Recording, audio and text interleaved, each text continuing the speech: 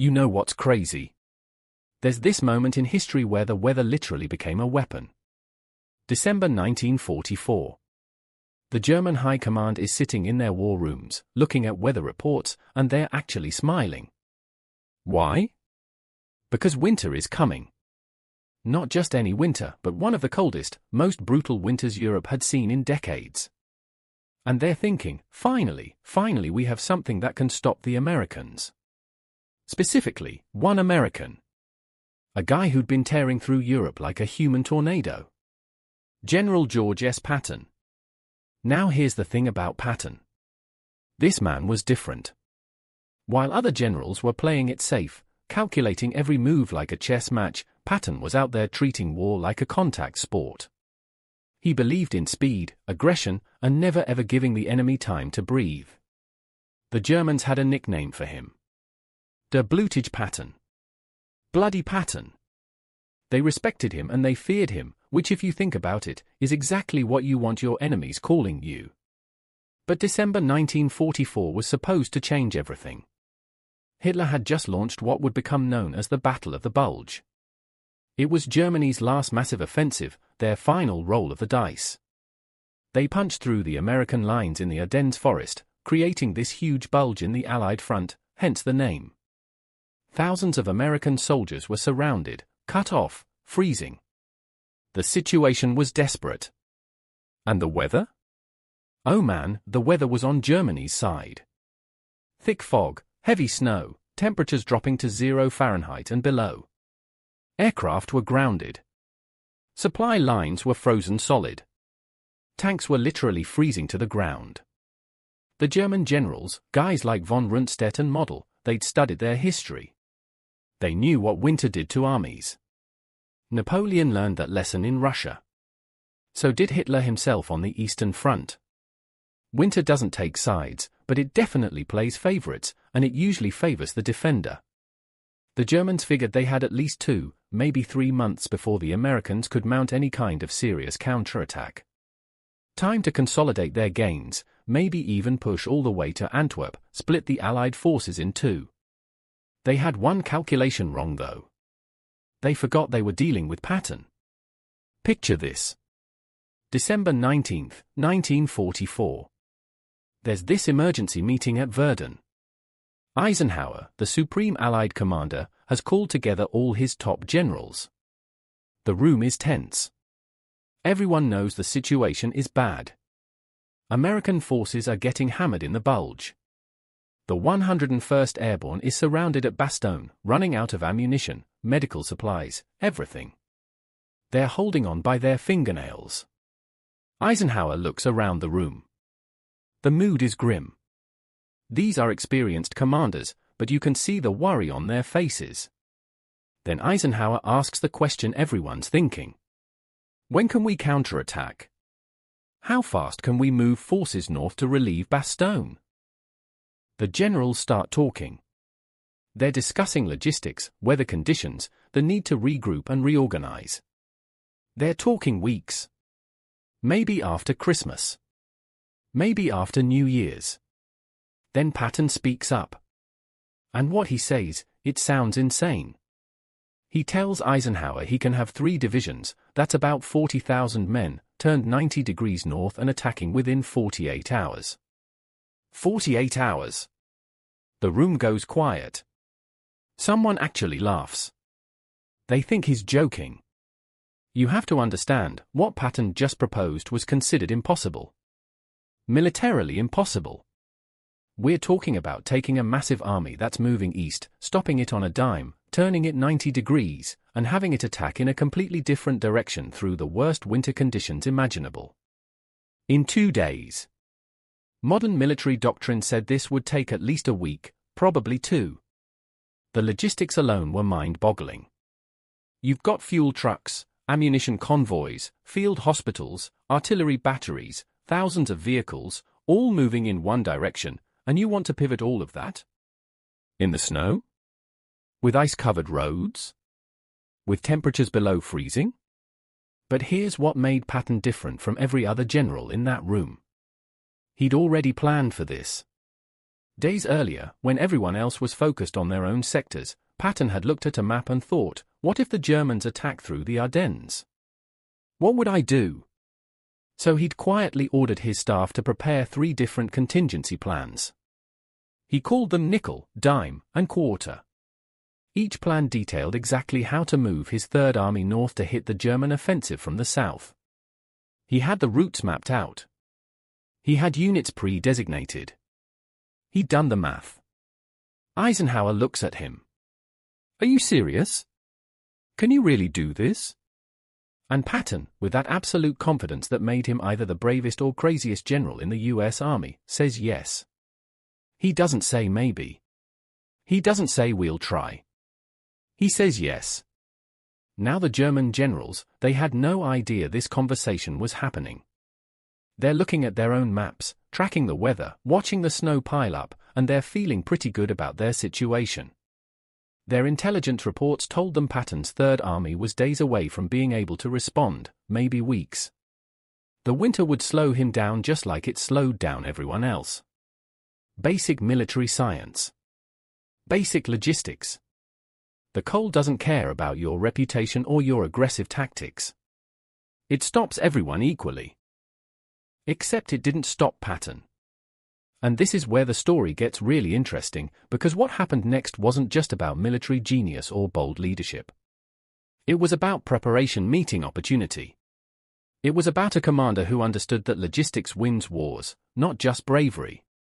And it was about thousands of American soldiers who were about to do something that would make military historians argue for the next 80 years about whether it was brilliant or insane. December 20th. The order goes out. Third Army is moving north. And immediately, everything that could go wrong starts going wrong. So picture this scene. It's before dawn on December 20th, 1944. Across a front stretching 75 miles, American soldiers are waking up in frozen foxholes, in snow-covered tents, in whatever shelter they could find. And they're getting orders that make no sense. Pack up. We're moving. Not east where they've been heading for weeks. North. And not eventually. Now. Right now. The confusion is immediate. Sergeants are yelling at lieutenants asking what's going on. Lieutenants are radioing captains demanding clarification. Nobody knows what the hell is happening. Some units think it's a mistake. Some think they're being pulled back for rest, which would be amazing because they've been fighting continuously for months. Nobody, and I mean nobody, thinks they're about to execute the largest, fastest military pivot in modern warfare history. Meanwhile, Patton's staff is having a collective panic attack. His chief of staff, a guy named Hobart Gay, is looking at the logistics and his head is about to explode. They need to move 133,000 men, 11,000 vehicles, and hundreds of artillery pieces. The roads are ice sheets. They've got a massive traffic control problem because everything moving north is going to cross paths with supply convoys moving east. It's a recipe for complete chaos. One massive traffic jam in sub-zero temperatures. But Patton had thought of this. He'd assigned military police to every major intersection. He had communications officers on every route. He divided the movement into 3 main columns, each taking different roads. And he'd done something else, something that showed how well he understood his enemy. He'd ordered radio silence. No electronic communications that the Germans could intercept. Everything by courier, by landline, by messenger. The Germans had excellent signals intelligence. Patton wanted them blind. Now let's talk about what moving an army in winter actually means, because I don't think we really grasp how brutal this was. First, the vehicles. Tanks, half-tracks, trucks, jeeps, they all run on gasoline or diesel. And you know what happens to fuel in extreme cold? It gets thick. Like syrup. Sometimes it gels up completely. Engines won't start. Or they start and immediately seize up. The maintenance crews are working around the clock trying to keep vehicles operational. They're heating oil before pouring it into engines. They're wrapping batteries in blankets. They're literally building fires under tanks to warm up the engines enough to start them. Then there's the roads. These aren't modern highways. We're talking about narrow European country roads, many of them unpaved. Now cover them with ice and snow. Now put thousands of heavy vehicles on them. They're tearing up the roads, creating frozen ruts that are like trying to drive through concrete. Vehicles are sliding off roads, getting stuck, breaking down. And when a truck breaks down, you can't just leave it. It's blocking the entire column behind it. So crews are working in the freezing cold to either fix it or push it off the road. The soldiers themselves are dealing with conditions that would break most people. They're wearing wool uniforms that get wet from snow, and wet wool in freezing temperatures doesn't dry. It just stays cold and damp against your skin. Guys are getting frostbite. They're getting trench foot. Some are literally freezing to death if they don't keep moving. And they're exhausted. These aren't fresh troops. They've been in combat for months. They're running on adrenaline and willpower. But here's what's amazing. It's working. Against all odds, against every prediction, against basic military common sense, Third Army is moving north. The columns are advancing 20 to 30 miles a day in conditions where 5 miles would be considered good progress.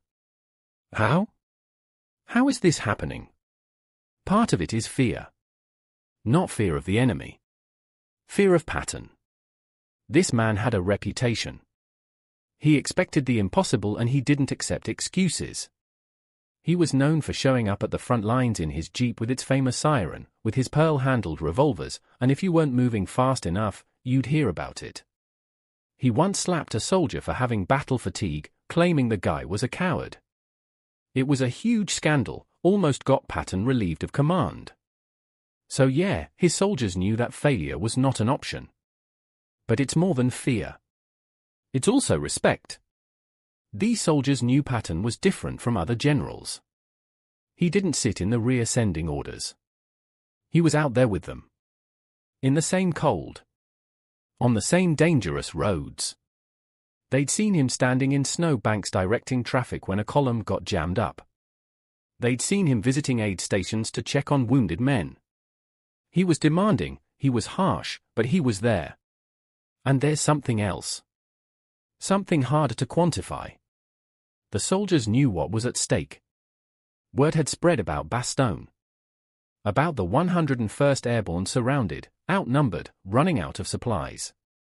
The Germans had demanded their surrender and General McAuliffe had sent back a one-word reply. Nuts. It became legendary instantly. Those paratroopers were holding on, refusing to surrender, but they couldn't hold forever. Third Army was their only hope. Meanwhile, back in the German headquarters, something strange is happening. Their intelligence officers are reporting unusual activity in Third Army's sector. Radio traffic has gone dark, which is weird. There are reports of vehicle movements, but it's hard to tell what's going on because the weather is so bad that reconnaissance flights can't get up. The reports they're getting don't make sense. Third Army seems to be moving, but not east. Maybe north? But that would be impossible. The weather alone makes it impossible. And even if they wanted to, the logistics would take weeks to organize. Von Rundstedt, the German commander, is dismissive. He's been a general since before most of these American officers were even in the army. He knows logistics. He knows what armies can and cannot do. The reports have to be wrong. Maybe it's a small reconnaissance in force. Maybe it's local repositioning. But the entire Third Army turning north and attacking? In this weather? In 2 days? Absolutely impossible. This is what military analysts call a failure of imagination. Von Rundstedt couldn't conceive of what Patton was doing because he'd never seen anything like it before. It violated every principle of military logistics he'd learned in 40 years of service. So his brain simply rejected it as impossible. And by the time he realized it was happening, it would be too late. December 21st. The columns are still moving. The weather, if anything, is getting worse. Now there's fog mixing with the snow. Visibility is measured in feet, not miles. Drivers are following the vehicle in front of them by sound because they can't see it. There are accidents. Vehicles slide off icy roads and tumble down embankments. Soldiers are injured. Some die. But the columns keep moving. Patton is everywhere. He's driving up and down the line of march in his jeep. When he finds a bottleneck, he stops and personally directs traffic until it's cleared. When he finds soldiers slowing down, he rallies them. There's a famous moment during this march. A chaplain writes a weather prayer at Patton's request, asking God to clear up the skies so they can fight. Patton orders it printed on cards and distributed to every soldier in Third Army. Whether you believe in prayer or not, it shows his understanding of morale. His soldiers needed to believe they had heaven on their side. The maintenance crews are performing miracles. Mechanics are working through the night in sub-zero temperatures, keeping vehicles running. They're improvising repairs with whatever materials they can find. Tank crews are learning that if you pour gasoline on the ground and light it, you can use the heat to unfreeze tracks. It's dangerous as hell, but it works. Artillery crews are discovering that their ammunition is freezing, that shells won't fire properly in the extreme cold, so they're storing ammunition near fires to keep it warm enough to use. And then something happens that changes everything. December 22nd. The weather breaks. Just a little bit. The fog lifts enough for aircraft to fly. And remember that prayer Patton distributed? The soldiers are calling it the Patton weather. It's still cold, still snowing, but now Allied aircraft can get up. Fighter bombers start hitting German positions. More importantly, transport planes can fly supplies to Bastogne. The surrounded paratroopers get ammunition, medical supplies, food. Not enough, but enough to keep fighting. The Germans are starting to panic. Reports are flooding in now. Third Army isn't just moving north. They're already engaged. Advanced units have made contact with German forces. And they're not probing carefully like you'd expect from an army that just completed an exhausting march. They're attacking aggressively. Von Rundstedt is looking at maps and his hands are shaking. How is this possible? How did they move so fast? How are they already fighting? Here's what he doesn't understand yet. Patton hadn't just moved his army. He'd moved it in a way that it arrived ready to fight. Other generals would have given their troops time to rest, to regroup, to prepare. Not Patton. His orders were clear. You march, and as soon as you reach the area, you attack. No delays. No reorganization. Hit them while they're still convinced you can't be there. It's December 22nd, and units from the 4th Armored Division, one of Patton's spearheads, are already pushing toward Bastogne. They're hitting German positions that weren't even prepared for an attack from the south.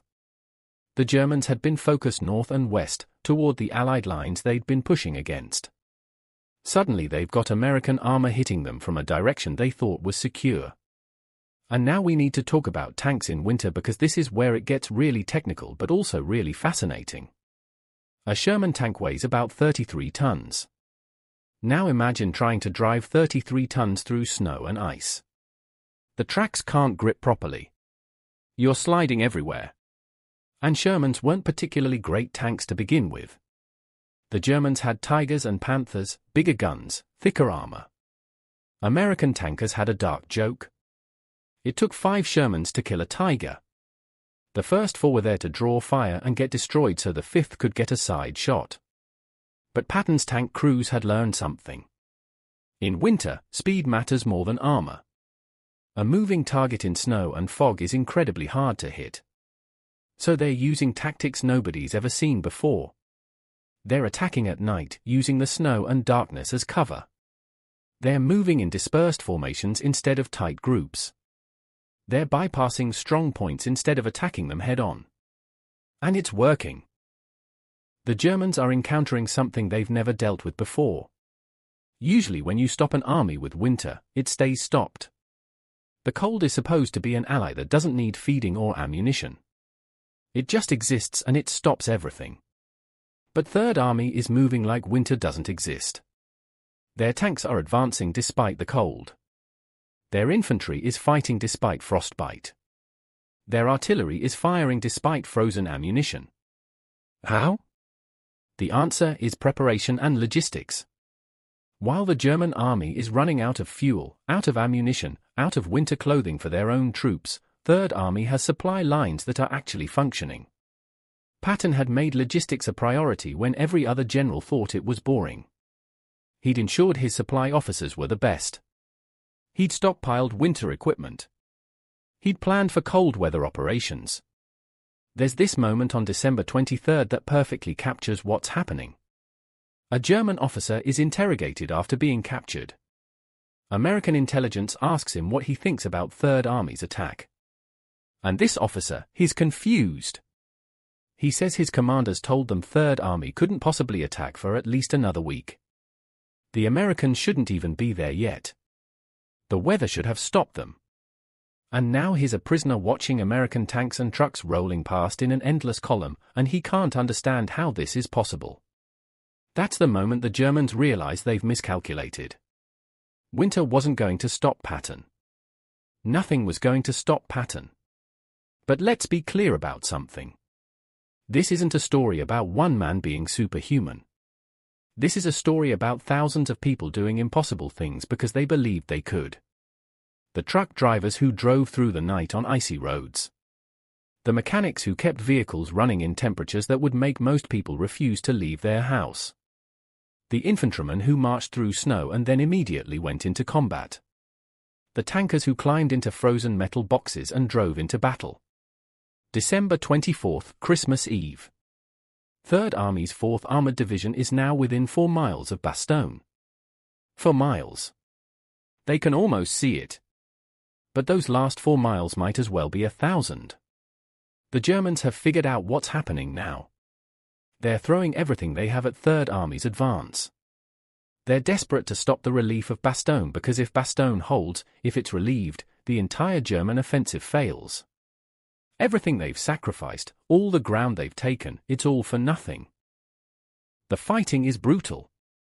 We're not talking about long-range tank duels. We're talking about close-quarters combat in snow-covered forests and villages. American and German soldiers are fighting building to building, sometimes room to room. The cold is so intense that wounded soldiers are freezing to death before medics can reach them. Both sides are exhausted, running on adrenaline and hatred. And Patton is losing his mind with frustration. He's so close. His forward units can see Bastogne.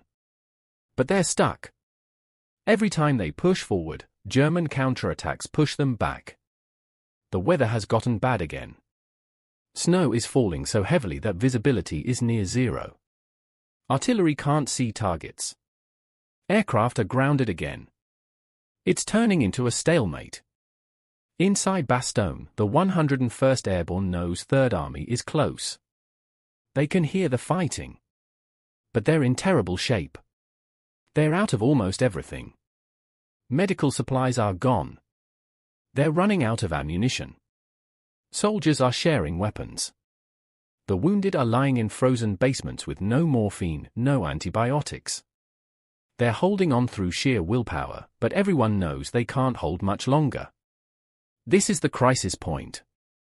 Everything Patton has done, all the impossible logistics, all the speed, all the aggression, it comes down to these final 4 miles. And they're the hardest 4 miles imaginable. The Germans know if they can hold for a few more days, if they can stop this final push, Bastogne falls. The American line breaks. They might actually win. December 26th. 2 days after Christmas. The weather clears again. Just enough. And Third Army makes one more push. The 4th Armored Division's lead elements, specifically a unit led by Lieutenant Colonel Creighton Abrams, is pushing forward with everything he has. His tanks are low on fuel. His men are exhausted. But they're moving. And then it happens. Late afternoon, December 26th, Lieutenant Colonel Abrams' lead tanks break through the German lines. They're rolling into Bastogne. The siege is broken. The paratroopers inside Bastogne, these guys who've been surrounded for a week, who've been fighting against overwhelming odds, they're suddenly seeing American tanks rolling down the street. Guys are crying. They're cheering. Some are so exhausted they just collapse. The first meeting between the relieving forces and the defenders is this incredible moment. The paratroopers are like ghosts. Bearded, dirty, wounded, frozen. They've been through hell. But they're still standing. Still armed. Still ready to fight. And they're greeting Patton's tankers with this mix of relief and pride. They held. They actually held. Now the German offensive is in serious trouble. Bastogne was the key. The road network there was critical for German logistics. They needed those roads to push supplies to their forward units. Without Bastogne, their advanced forces are cut off. They're surrounded in hostile territory with winter closing in and no supply lines. Everything Hitler gambled on this offensive, it's falling apart. But here's the thing that's often forgotten. The Battle of the Bulge isn't over. Not even close. Yes, Bastogne is relieved, but there are still thousands of German troops on Allied territory. There are still weeks of brutal fighting ahead. Third Army doesn't get to rest. They have to keep pushing, keep attacking, turn the relieving force into an assault force and start collapsing the Bulge from the south. And the winter isn't done with them either. January 1945 is somehow even worse than December. Temperatures drop even further. Blizzards sweep through the region. Both armies are suffering horribly from the cold. Frostbite casualties exceed combat casualties in some units. Soldiers are losing fingers and toes to the cold. Equipment is failing constantly. This is warfare at its most primitive and brutal. But the momentum has shifted. The Germans are retreating now. Slowly, fighting for every mile, but retreating. Patton's Third Army is pushing from the south. Other American and British forces are pushing from the north. The Bulge is collapsing. By late January, the German offensive is completely defeated. They've lost tens of thousands of troops, thousands of vehicles, and most critically, they've lost time and resources they can never replace. The question everyone's been asking since that moment, since that meeting at Verdun, is how did Patton do it? How did he move an entire army 90 degrees in 48 hours through the worst weather conditions imaginable and launch an immediate attack? Military historians have been studying this for 80 years and there's still debate. Some say it's about Patton's personality. His absolute refusal to accept limitations. There's a famous Patton quote. "A good plan violently executed now is better than a perfect plan next week." That was his philosophy. Don't wait for perfect conditions. Don't wait for everything to line up. Attack. Always attack. Keep the enemy off balance. Never give them time to prepare. Others say it's about preparation. Patton had studied logistics obsessively. While other generals focused on tactics and strategy, he understood that wars are won by supply lines. His staff was trained to plan for contingencies. Those three plans, nickel, dime, and quarter, they were prepared before the emergency even happened. When the crisis came, he didn't have to start planning. He just had to execute. There's also the leadership factor. Patton inspired his soldiers in a way few generals ever have. They hated him sometimes. His demands seemed impossible. His standards seemed unreasonable. But they trusted him. They knew he'd never ask them to do something without a purpose. They knew he'd be there with them, not safe in the rear. That trust made them capable of extraordinary things. But I think there's something deeper. Something about understanding the nature of warfare itself. Most generals in World War II were fighting the last war. They were using strategies and tactics from World War I, just with better equipment. Patton was fighting a different war.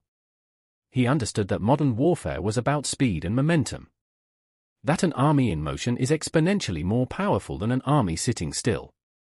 That the enemy's mind is as important a target as their fortifications. The Germans expected winter to stop Third Army. Their entire calculation was based on that expectation.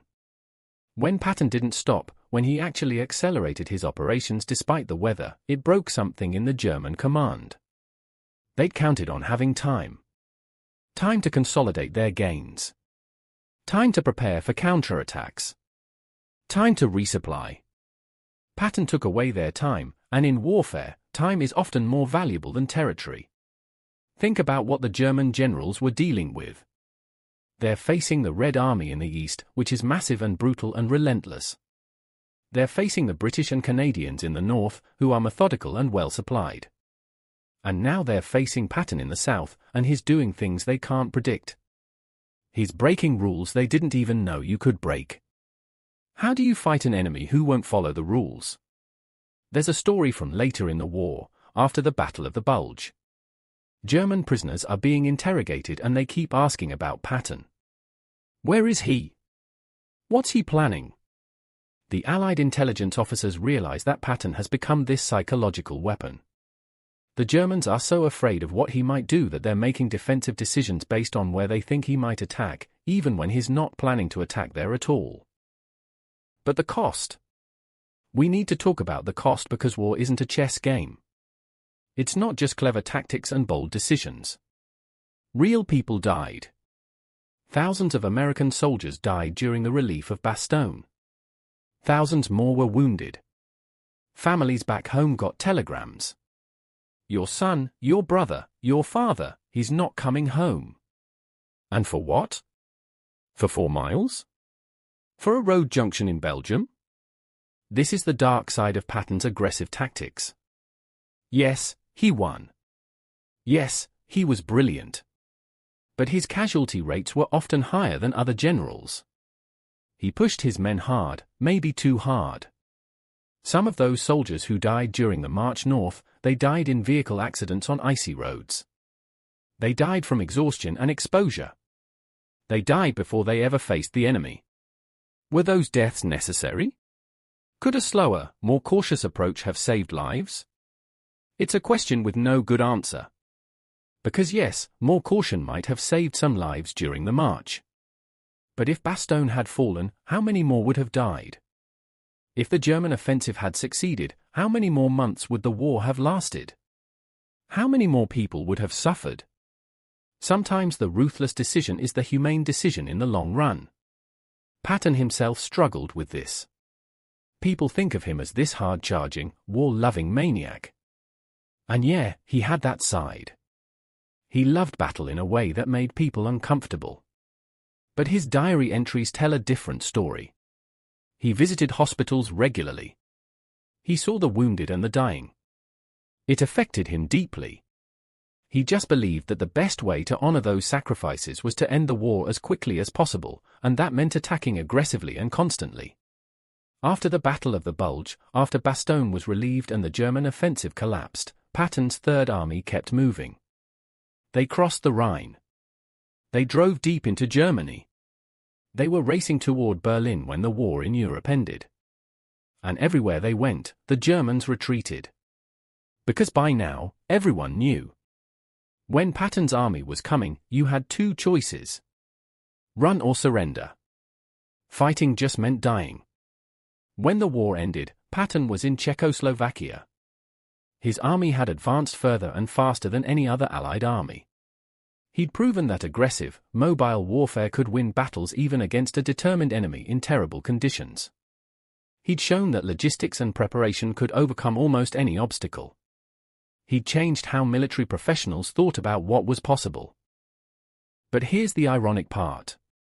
After the war, Patton became a problem for the Allied command. He said things he shouldn't say. He was too aggressive about wanting to fight the Soviets next. He made politically uncomfortable statements. The skills that made him a brilliant battlefield commander made him a terrible peacetime general. In December 1945, less than a year after his impossible march to Bastogne, Patton was in a car accident. He was paralyzed. He died 12 days later. Some people think the accident was too convenient. That maybe it wasn't an accident at all. There's no evidence for conspiracy theories, but they persist. Because Patton had become this larger-than-life figure. How does a man who survived years of combat, who'd been under fire hundreds of times, who'd done impossible things, how does he die in a random car accident? It seemed wrong somehow. Anticlimactic. But maybe that's the point. Patton was a warrior. He was designed, either by nature or by choice, for war. In peace, he didn't fit anymore. He was like one of his tanks, powerful and effective on the battlefield, but out of place on a quiet street. War gave him purpose. Without it, he was lost. So what's the legacy? What do we take from this story 80 years later? I think it's about exceeding expectations. Everyone, friend and enemy alike, thought winter would stop Third Army. The laws of logistics said it was impossible to move that fast. The weather was supposed to be an impassable barrier. But Patton and his soldiers exceeded those expectations. They did something everyone said couldn't be done. And that's worth remembering. Because we all face moments where people tell us something's impossible. Where the conditions seem wrong. Where the smart money says to wait, to be cautious, to take the safe path. Sometimes those people are right. Sometimes caution is wisdom. But sometimes the impossible is only impossible until someone does it. The German generals who thought winter would stop Patton, they weren't stupid. They were experienced, professional soldiers. Their analysis was sound. By every reasonable measure, Third Army shouldn't have been able to do what it did. But they made one mistake. They assumed everyone would follow the rules. They assumed logistics and weather would apply equally to everyone. They assumed Patton was bound by the same limitations as everyone else. He wasn't. Not because he was superhuman, but because he'd prepared differently. He'd thought differently. He'd trained his army differently. When the impossible moment came, he was ready for it. And that made all the difference. The soldiers who made that march, the ones who survived, they knew they'd done something special. For the rest of their lives, they'd tell the story. How they moved 90 degrees in 2 days. How they relieved Bastogne. How they proved that winter doesn't always win. They were cold, exhausted, scared, but they did it anyway. Because someone believed they could. That's the real story. Not one genius general outsmarting the enemy. But thousands of ordinary people doing extraordinary things because they were asked to, because it mattered, because someone led them well enough that they believed they could do the impossible. The tanks kept moving through winter. Against every prediction. Against every reasonable expectation. They kept moving because stopping wasn't an option. Because there were soldiers in Bastogne who needed them. Because the war needed to be won. Because Patton said they could do it, and somehow, that was enough. In the end, winter didn't stop them. The weather didn't stop them. The Germans didn't stop them. They stopped when the job was done, when Bastogne was relieved, when the Bulge was collapsed, when the war was won. And that's how you turn an impossible situation into a legendary victory. You just don't stop. Ever. You keep moving. You keep fighting. You keep pushing forward through whatever tries to stop you. Whether it's winter, whether it's the enemy, whether it's everyone telling you it can't be done. Patton's tanks kept moving. That's the lesson. That's the legacy. When everyone thinks winter will stop you, you keep moving anyway. And sometimes, just sometimes, you prove them all wrong.